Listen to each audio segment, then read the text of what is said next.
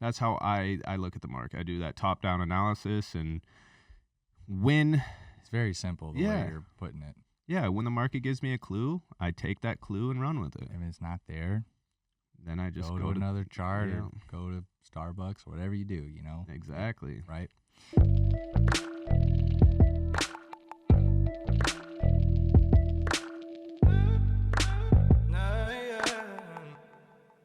Welcome to the Trader Society podcast. I'm Grant Hardy, and we have Derek Vandy here. All of you should know him by now, and we're going to be asking some questions and seeing what he's got to say, what he's all about. I'm really excited. We're gonna try and dig a little deep here, man. Let's dive in, baby. So let's just go right into this. I'm gonna start with the first question. What's your favorite thing about Forex? You know, man, my favorite thing about Forex is the fact that you have the ability to do anything that you want with it. Like, if you want to be a good trader, you can make it happen by following people that have made it happen, make it your own, and then it's unlimited. Like right now, let's say I get my Series 6, Series 7, start a hedge fund, get $100 million backed to the hedge fund. At that point, if you're a good trader, you're making $1 million a month. And that's from me starting out at 0 8 years ago. And in 8 years, I'm at the point where I would feel comfortable doing that every month. But is that what you want to do? I think so. I think I do want to start a hedge fund. Why not? I'm going to. I've been looking into this. How old are you? 30. Yeah, why not? Exactly. What else are you doing? Exactly. I don't need a lot of money. Like, I'd be happy with, honestly, $10 million, trade $1 million account when I need to, make 50 to 100K a month. I'm good. I don't need more than that. So you kind of have your ideas and lifestyle and what you need, want, and what you'd pursue. But you don't think that if you made more money doing that it would kind of like the more money, more problems, more things you'd buy or do, or because like I'm detached from all that now. You know what I mean? Like, I don't think my mindset will change, honestly. Like, yeah, you know, I might have a nicer truck, I might have a nicer car, and might have a couple houses, but I'm going to make sure that they're paid off so that I don't have to worry about anything. And at that point, I'm going to make smart investments to where I'm earning money monthly from those investments. And then next thing you know, it's like I can make 1 or 2 trades a month, and I'm good. Okay. So this question isn't on the list, but this one's for me. Now that you have, let's just say, because we kind of started off here, you know, hitting the ground running, right? So if you want to start this hedge fund and you want to do this, what is your end goal with Forex? If you already have a lifestyle figured out, why would you want to have that $100 million and make $1 million a month if you don't need that? So what's your end goal and the reasoning to do that? You know, man, I don't exactly know my end goal yet but what I do know is that if I had more money, I can do better things. And that's my goal, whatever that is. More money I have, I'm going to do better things. I'm going to do better things for the community. I'm going to do better things for the people around me. And I think it's just going to be one of those things that's, you know, where energy flows, energy goes, you know, it's going to rebound to other people as well. And, right. You know, who knows where it goes, but that's like where I'm at. And like one of my goals right now to, you know, if I'm making that type of money, like when I'm making that type of money, it's like, there's just going to be good things that come out of it. And I already know that. Right. Okay. All right. So now that you are on this path and you kind of have this next idea of, you know, what you want to do and you know, that's a whole next process, right? Because you have to first know how to trade and you've come along this journey. What inspired you to pursue that and pursue trading in the first place? You know, as a kid, I always wanted freedom. And I knew freedom, you have to have money to have freedom in aspects, right? To at least live the life that I want to live. I want to live a good life. I want to take care of my people. I want to be able to do anything and everything that I want to do. And when I first saw Forex, like, you know, one of my buddies was doing IML and he was making $1,000 a night. And I'm like, at that point, I was making $1,000 a week working 16-hour days, which was just brutal, dude. I hated it. I hated every minute of it. And these guys that were working this, like, that was their end goal. Like, I'm going to stay doing scaffolding my whole life. And it's like, dude, there's no way in heck that I could do that. Right. Like, I would have been so unhappy. And so, you know, it just started with like all that freedom of like, wow, you can just make money with the click of a button. And that inspired me to want to be really great at it. You know, Right. like, I want to show everyone who doubted me, like everyone in my family, everyone that was around me was like, oh, you shouldn't do this. This is a scam, blah, blah, blah. And I just had a good feeling about it. Like, so I just went ahead and did it. And now it's like, you can't really say that it was a bad idea because I've made a lot of good things happen out of it. And so I would, you know, there's just endless opportunities in this space. Right. Yeah. You honestly, like, just tell people what you're doing. Don't, like, never listen to them. Yeah. Honestly, unless like you want to be like them and they have something that you respect that you need to know. Mm-hmm. Don't fucking listen to what anyone says. Exactly. that. As All long you as- got to do is you got to believe in yourself, man. Yeah. As long as your ideas are constructive, go for it. Right. Mm-hmm. So you want to open a hedge fund, right? You wanted the freedom. Yep. You've attained the freedom. You want to have a hedge fund, right? Has, you know, all this funding, making $1 million a month, but you don't need it, right? I'm not saying I don't need that. I just want to get to the point where it's like, okay, I have enough money to like make other things happen. And depending on where I'm at when I have all that money, like you know, Right. I'll choose what to do then. So if you don't know what to do then, if you have it, what is motivating you now to do it? Just because I know I'm going to do good things out of it. Yeah. I'm going to be doing good things. Like I said, I Like, want to change explain people's- some of those good Okay, like I things. want to be changing people's lives. Like I think that if you just take the basics of common sense in this life, like for example, you know, USA gave Ukraine something like what 300 million or something crazy like that. Or maybe even more. I think billion. Yeah, something crazy like that. You know, they gave Israel 100 billion. They gave another country like 50 billion. But yet we have, you know, that place in Mississippi that they can't even fix the drinking water. It's like, that's not common sense to me. Oh, Flint, Michigan. Yeah, Flint. Well, yeah, it's probably most of Mississippi too, but Yeah, it's just not common sense to me. It's Right. like, why aren't we putting our money into our own country right. where it's like, dude, people need drinking water there. You know what's amazing? Here's a like quick example to relate to that. So like, you know, everyone, you got to pay taxes for roads and blah blah blah blah blah, whatever, right? Mhm. Whatever the stupid argument you want to make, right? What was it? Domino's started funding a few years ago projects with their own money to fix potholes in the road. So like private enterprise can bring so much good, and it starts with the heart, right? Yeah. So like if you're giving your goodness, you know, from what you've earned, then it's more genuine, number one, and it's always done better. So like the fact that I think it's important that you want to do this, it seems like you don't want to do this for yourself. So I can like I know you as a person, like your intentions are good and they're there. So Mhm. like I think it's important for everyone to understand, like once you reach that level of freedom and you reach, like you have it, right? You don't Yeah. have to work, you don't have to do that. It's like, this isn't about me anymore. Yeah, Because, exactly. you know, I've acquired this skill, I've reached this goal. Now the goal is bigger than me. And that's really cool. Exactly. All right. So let's move on back to a little bit more of trading, right? What is your process whenever you're analyzing market trends? How are you seeing markets and why do you see them like you see them?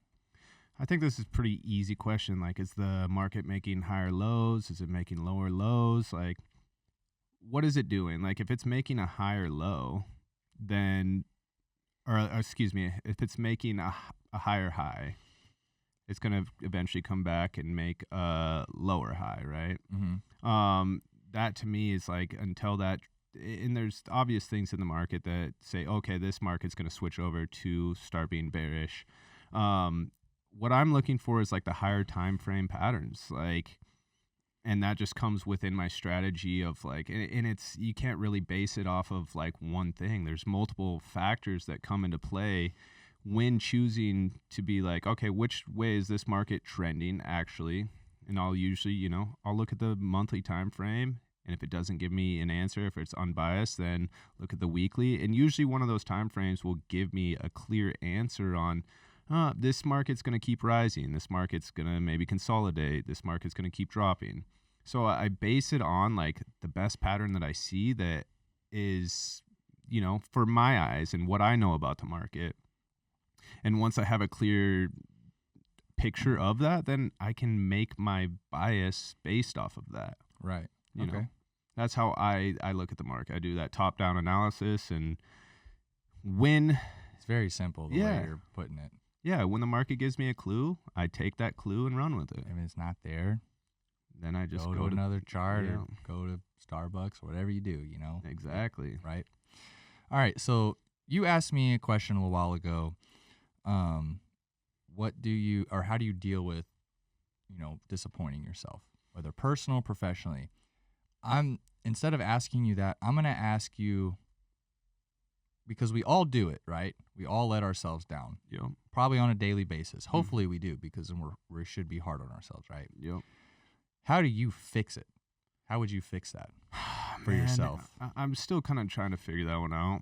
But what I've come to realize is that I just have to take away some of the things that I love. And I love doing, love having fun, because I'm not where I want to be right now. Mm-hmm. So I'm taking away the things that, like, yeah, I love doing this, but what's more important to me right now is like setting up my kids, setting up the future for myself to get me to that mindset, like the energy that's in that abundance of life. I want to set myself up for that first. And,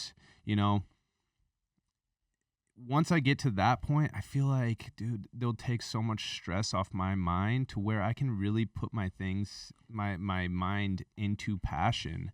And I think that's really what's going to help, like, just 10x everything for me. Once I have the ability to like really focus on the passions, not have to focus on like, okay, I want this for my kid. I want this for my kid. Once I do that, then I'm going to be able to put my energy into the things that really matter and can really help other people. Right. Okay. So you've answered that. You've answered how to fix whatever you're doubting. I don't want to ask you what you doubt about yourself, right? But now that you understand what to fix about yourself, what outside of yourself has been your biggest challenge to hold you back? This is the thing, like it could be personal, it could be business, however you want to go, like however deep I think you my want to go. biggest challenge that I've faced throughout my whole life is like not being able to say no to like fun things. Like I love having fun, and like I'm hardly ever in a bad mood. And when there's something like fun to do, like if the boys are doing something fun, it's like, man, that can wait till tomorrow. The thing that I'm supposed to be doing can wait till tomorrow, and I'll do it. And then who knows where the fun leads, right? And maybe that thing that I'm supposed to be doing today gets pushed back to tomorrow, and then maybe that next day I'm not feeling 100%, and so it gets pushed back again. So the biggest challenge I think that I face within myself is just like I live in the moment too much, and I don't always choose the hard way. I choose like the easy, fun way. Right. And, it came with me in like high school. Like, dude, I didn't care about school. Like, I honestly didn't. I would tell my teachers, why do I need to learn, maybe this math problem? Why do I need to, like, I'm not ever going to use this in my life. It didn't make sense to me. It wasn't common sense to, like, have to learn about this. I knew that wasn't the route I was going to go in my life. So I would tell my teachers, like, have you ever used this stuff in your life? She's like, yeah, every day I'm trying to teach you. Yeah, but it's like, I don't want a teacher's life, Right. So.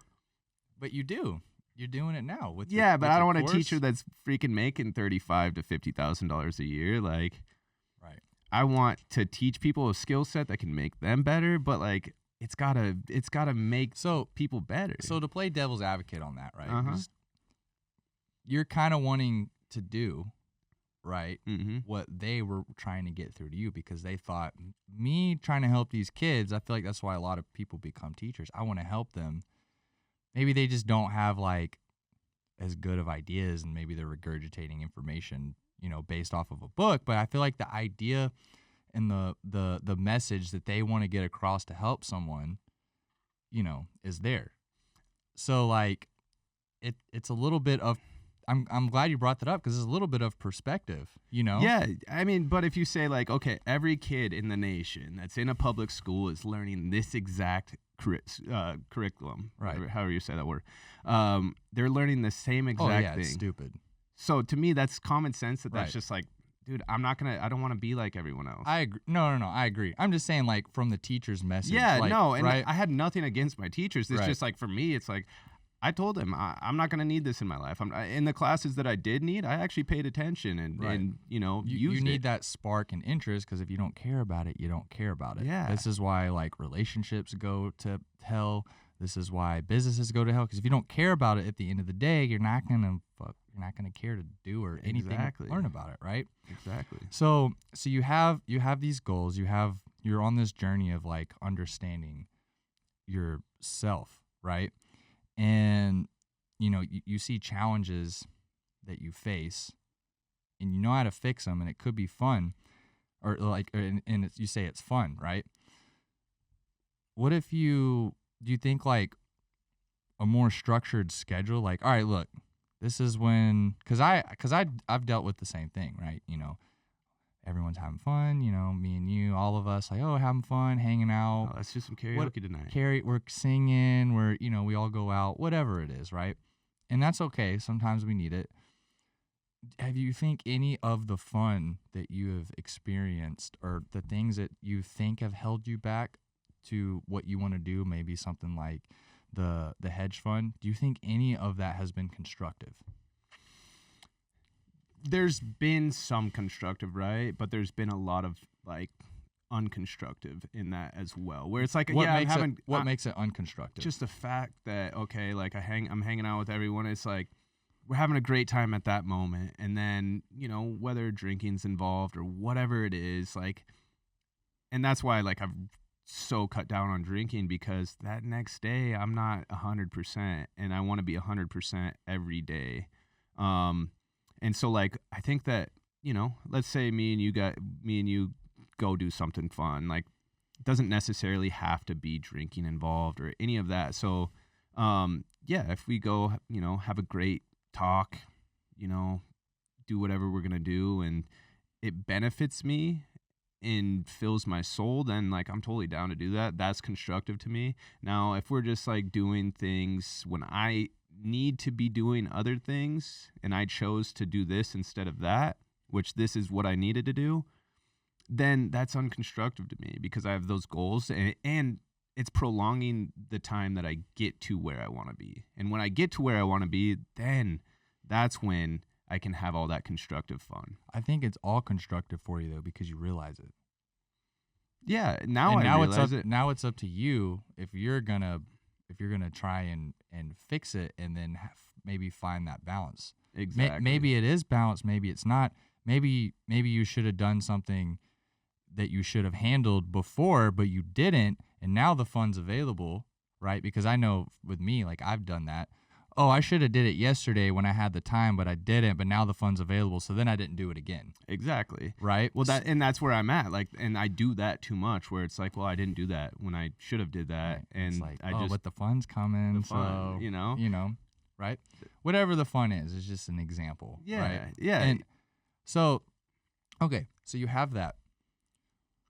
What is going? So this is your understanding, right, of yourself. So what is going to separate you now, and your understanding what you want to do, what you think's holding you back? And I don't mean for any of this to sound negative, or like I want this to be hard to answer, because these are the hard questions that we all have to, ask ourselves, and, realize, and people need to see this. Like, you need to see it. I need to see it. I'm gone through it, still going through it, whatever the case may be, right?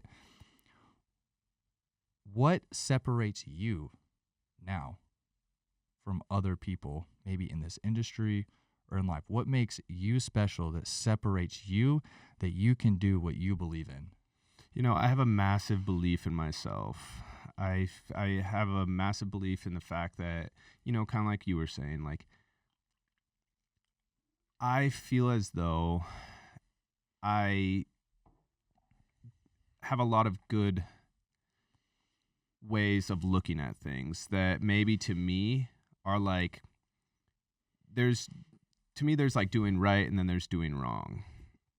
And to me, giving like great energy. Can you define right and wrong before you go?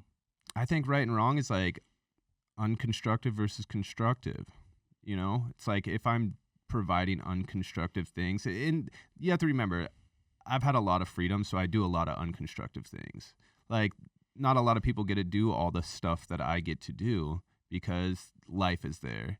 I have some days where it's like, okay, you know, I make most of my money trading. And there's days where I don't want to trade and I go do something unconstructive when it's like, I should be building a business outside of trading like I'm doing right now. I should have been doing this for years and years. And for the pure fact that, like I said, the more I have, the better I can be for other people. And myself included. Like, I want to be the best that I can be for myself so that I don't have to sit back and be like, I don't ever want to be in a jam again, man. Right. You know what I mean? Like, I obviously got divorced this year. That was a very challenging thing for me. And when that happened, I pretty much gave everything to my ex-wife. So it put me in a place that I never wanted to be again. And that was a very big realization for myself that, wow, man, you're back at this place that you were in years and years ago. And maybe that was because I did things a little too nice, maybe some other reasons, but it made it so it gave me the realization that, like, okay, you need to really set yourself up to where no matter who's in your life, you're still good. No matter how much you do for someone else, you're still good, and you have money flowing in other sources besides trading. Because the less you have when you're trading, like, you know, I owned a $1 million house. And that was always something that was like, well, ranch. You had a ranch. Yeah. Dude. And that was always something that was like, okay, if anything goes wrong, we'll sell the damn ranch, you know, and then you have that money on the side. And then you give it away to your ex. Yeah. You know, and then all of a sudden it's like. But that shows you, number one, who you are. Yeah. And that that was a hard thing to do. Number one, because I've been there, right? Like, I commend you and I can relate to you because breaking up your family with kids is the hardest thing a man can do. Oh, 100%, dude. Right? So, like, I get that aspect, right? And then you give her the house. Yeah. Now she's got the house. So nothing changed in her life except losing me. Do you believe in the idea that everything that happens to you is because of you and your actions, decisions, and what you do, say, think, feel, and everything that you project out? That every single thing, even how other people treat you, is because of you? Absolutely. I 100% believe that, for the pure fact that, like, I know what decisions I've made in my life and where they've led me to. And there's, like, I believe myself to be one of the best traders, definitely that I know. And the fact that I'm where I'm at right now in my life and not 20 light years ahead, and that's my fault. It is my fault 100%, because I could have been doing a lot more other than trading, being consistent in other things, setting me up. And let's be real. Once you know how to trade, it's like opening up a newspaper or a book and reading a paragraph or chapter. Mm-hmm. You see the chart, you set your price limits, you can take the trade right then. So, like, what is it with trading, and now that you know how to do it and you have your setup, that has distracted you to neglect everything else, right? I think it was the fact that, like, I did not have money growing up. My parents gave me $10 a week. I would usually spend that in 2 days on food. Like, that was for food. Right. You know, for the week. My mom would say, you know, you get a school lunch every day. School lunch was $1.80. But everyone else is going out and they're going to Wendy's, they're going to Little Caesars. And so that's what I did. So the rest of the week, I'd have 2 days of eating good. And then the rest of the week, I wouldn't have any other money to do any of that stuff. So I was the guy that was like, hey, bro, can I borrow $1 so I can get a muffin?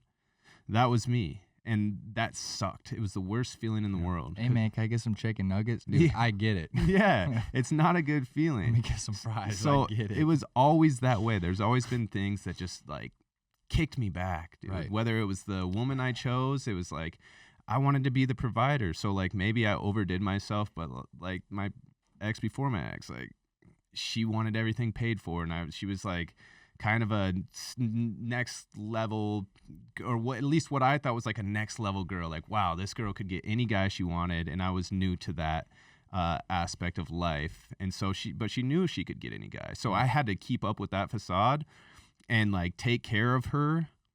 And at the same time, that I was making It's more all money. realizations. Yeah, and I was what you give off in the beginning. Exactly.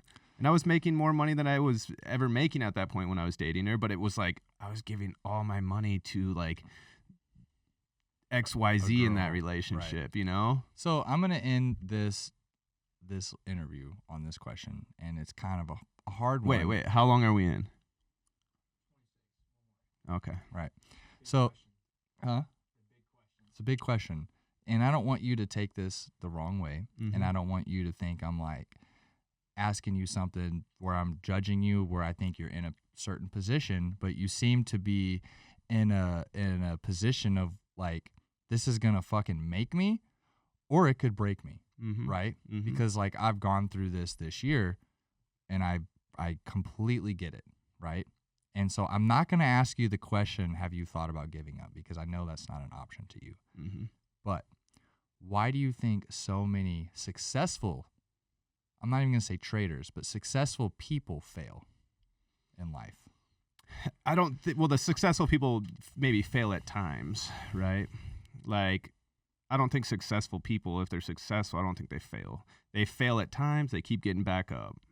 Like, for example, I went to the doctor the other day, and he wanted to do a stress test on me. He had me answer all these questions. The maximum points you should get is 350, and at 350, the likelihood of you developing a health problem in the next 2 years was 85%. I'm filling this thing out. I was at 622. And I get it. In this last year, I've been through way too much. Between things that are happening on the back end of work, between the divorce, losing a kid,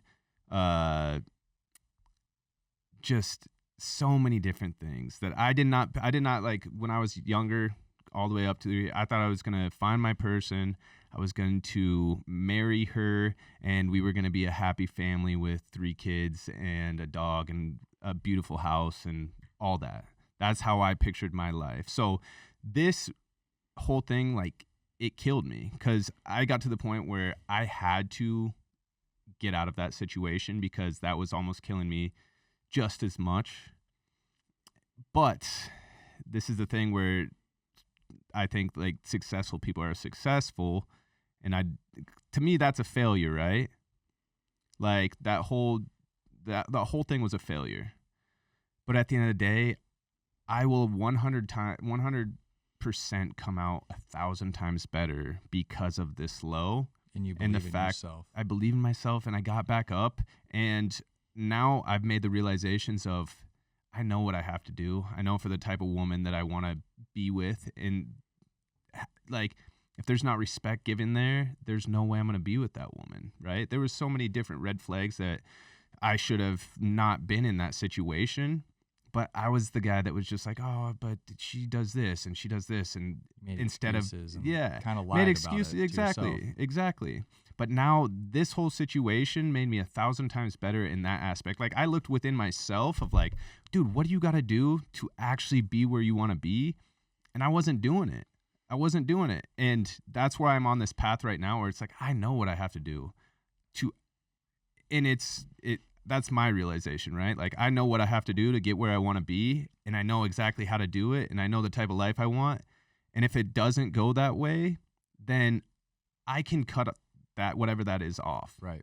And so I think that, successful people, they just keep getting back up after they fail. So I agree with you, but there's a saying like the winners of the war write the history books, right? Yeah.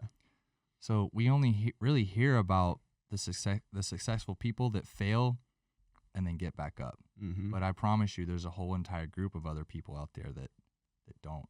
So are they successful then? They were successful, but they failed, right?